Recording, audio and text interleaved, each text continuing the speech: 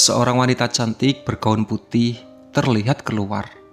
"Kenapa kalian kembali lagi ke sini?" tanyanya. "Kamu siapa ya? Kok kenal kami?" tanya Ju heran. "Kalian kan pernah menginap di sini, jadi saya masih bisa mengingat wajah kalian." "Gimana ini, Ju?" bisik Daniel yang berdiri tepat di samping Ju. "Kami kesini mau menyelamatkan teman kami," ucap Ju. "Susah, bahkan sangat tidak mungkin," balas wanita bergaun putih itu. "Kenapa?" "Karena tempat teman kalian selalu dijaga ketat. Sebaiknya kalian cari waktu yang tepat untuk menyelamatkan mereka. Sampai semua penjaga dan Pak Odi tidak ada di rumah ini," pesannya.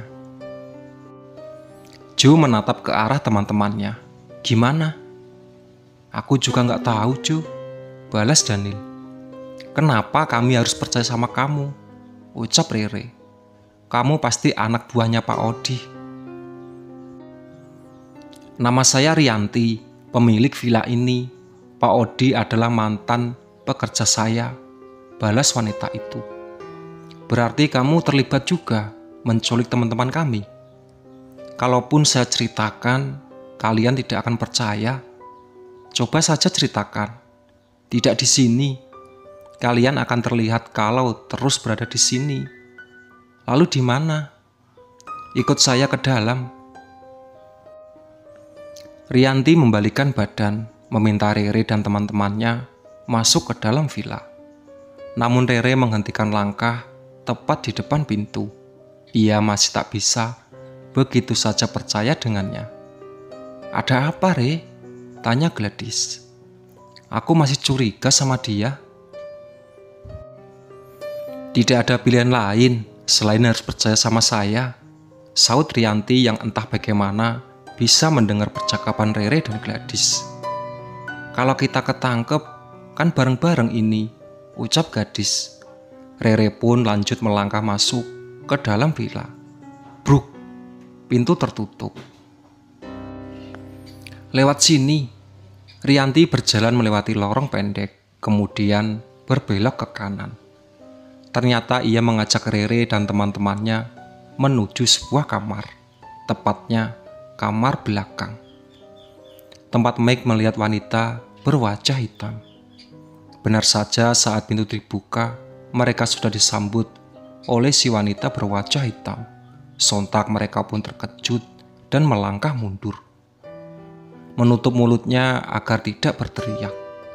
"Aku bilang juga apa?" bisik Rere. "Tidak perlu takut, dia tidak sejahat apa yang kamu lihat. Ayo masuk," ajak Rianti. "Kamu boleh pergi." Ia meminta si wanita berwajah hitam itu pergi. Dalam sekejap sosok mengerikan itu sudah menghilang. Namun Rere dan teman-temannya masih ragu untuk masuk. Terdengar suara berisik dari atas, disusul suara hentakan kaki di tangga. "Cepat masuk, mereka datang." Rianti menyuruh mereka masuk. Kali ini tak ada pilihan. "Cepat sembunyi."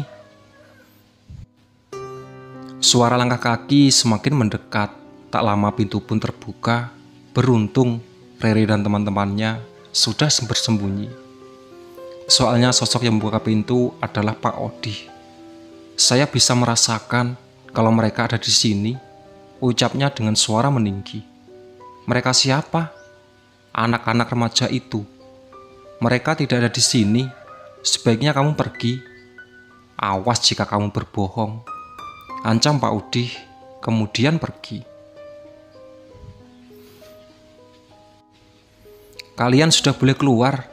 Daniel dan yang lainnya pun keluar dari tempat persembunyiannya masing-masing. "Kenapa Pak Odi tidak berani sama kamu?" tanya Ju.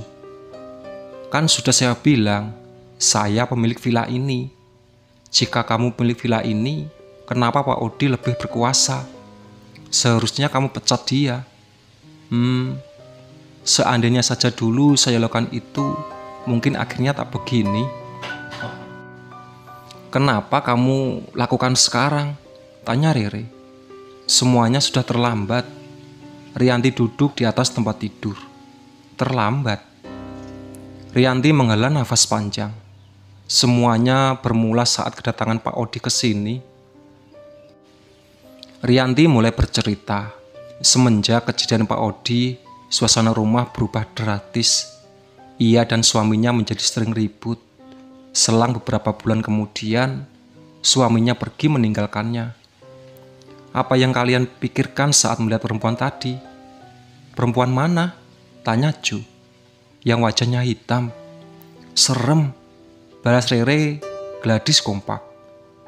Namanya Wulan. Dia pembantu saya. Pembantu? Kenapa wajahnya bisa seperti itu? Tanya Rere. Itu karena ulah Pak Odi. Wulan adalah orang yang pertama yang menyadari kalau ada yang tak beres dengan Pak Odi. Ia sempat memberi peringatan, tapi Rianti tak percaya. Pasalnya ia telah melihat ada yang aneh dengan sikap Pak Odi. Berkali-kali Wulan memberitahu saya, tapi saya tidak percaya dengan ucapannya. Sampai Wulan mendadak sakit parah. Semakin hari kondisinya semakin mengenaskan. Wajahnya menghitam dan tubuhnya terlihat kurus. Sudah banyak orang yang datang untuk menyembuhkannya, tapi tak ada yang berhasil. Hingga akhirnya ia meninggal.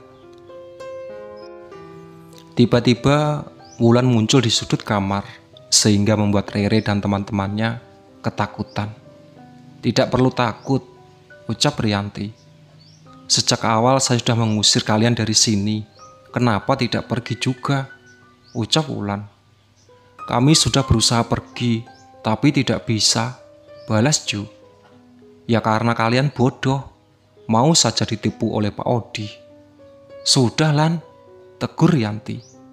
Iya Non, Wulan kembali menghilang.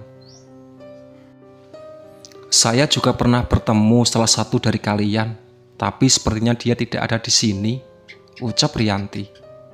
Siapa? Tanya Rere. Laura Re, saut Gladys. Dia sempat bercerita pas pertama kali datang ke sini. Apa dia tertangkap? Iya, kasihan sekali. Kenapa kamu tidak melaporkan Pak Odi ke polisi? Tanya Rere. Polisi? Apa kamu bercanda? Rianti terlihat heran. Saya tidak bercanda. Kalau begitu, kalian belum sadar. Belum sadar gimana? Rianti bangkit, kemudian berdiri menghadap tembok. Lihat saya. Ia berjalan perlahan mendekati tembok, sampai menembus. Sontak hal tersebut membuat Rere dan teman-temannya terkejut. Bukan manusia, Re, teriak gadis. Rianti, panggil Rere. Rianti pun muncul di belakang mereka, sukses membuat mereka menjerit. Jangan berteriak, nanti Pak Odi dengar. Jadi, kamu ini hantu? Tanya Daniel sedikit terbata. Ya, sama seperti kalian. Maksud kamu? Balas Ju. Apa kalian tidak sadar di sini berbeda? Iya, kami sadar, saut Rere. Banyak yang aneh di sini, imbuhnya. Ya, karena kalian tidak ada di dunia manusia. Semua orang yang kalian lihat di sini sudah mati, termasuk saya.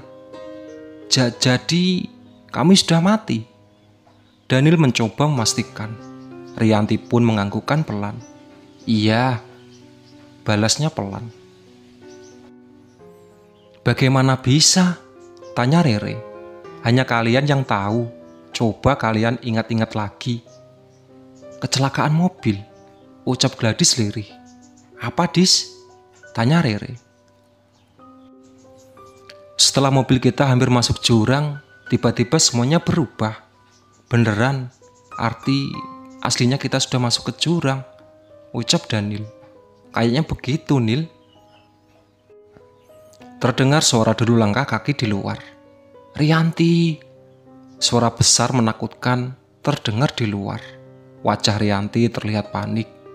Kalian harus segera pergi dari sini, ucapnya seraya berjalan ke arah pintu. Pak Odi? sepertinya sudah tahu kehadiran kalian. Imbuhnya membuat mereka panik. Kenapa harus lewat pintu? Tanya Rere. Kenapa tidak menembus tembok saja?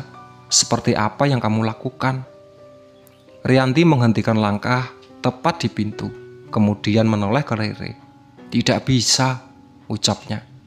Bukannya kamu bilang kalau kamu sudah mati? Sekarang bukan waktu yang tepat untuk menjelaskan. Suara deru langkah terdengar semakin mendekat. Pak Odi dan anak buahnya sudah dekat. Cepat, ikut dengan saya. Rianti, kamu membohongi saya. Lantai kamar mulai bergetar. Cepat, Rianti membuka pintu. Itulah sahabat cerita dari Siapa Yang Mati. Ditunggu part selanjutnya.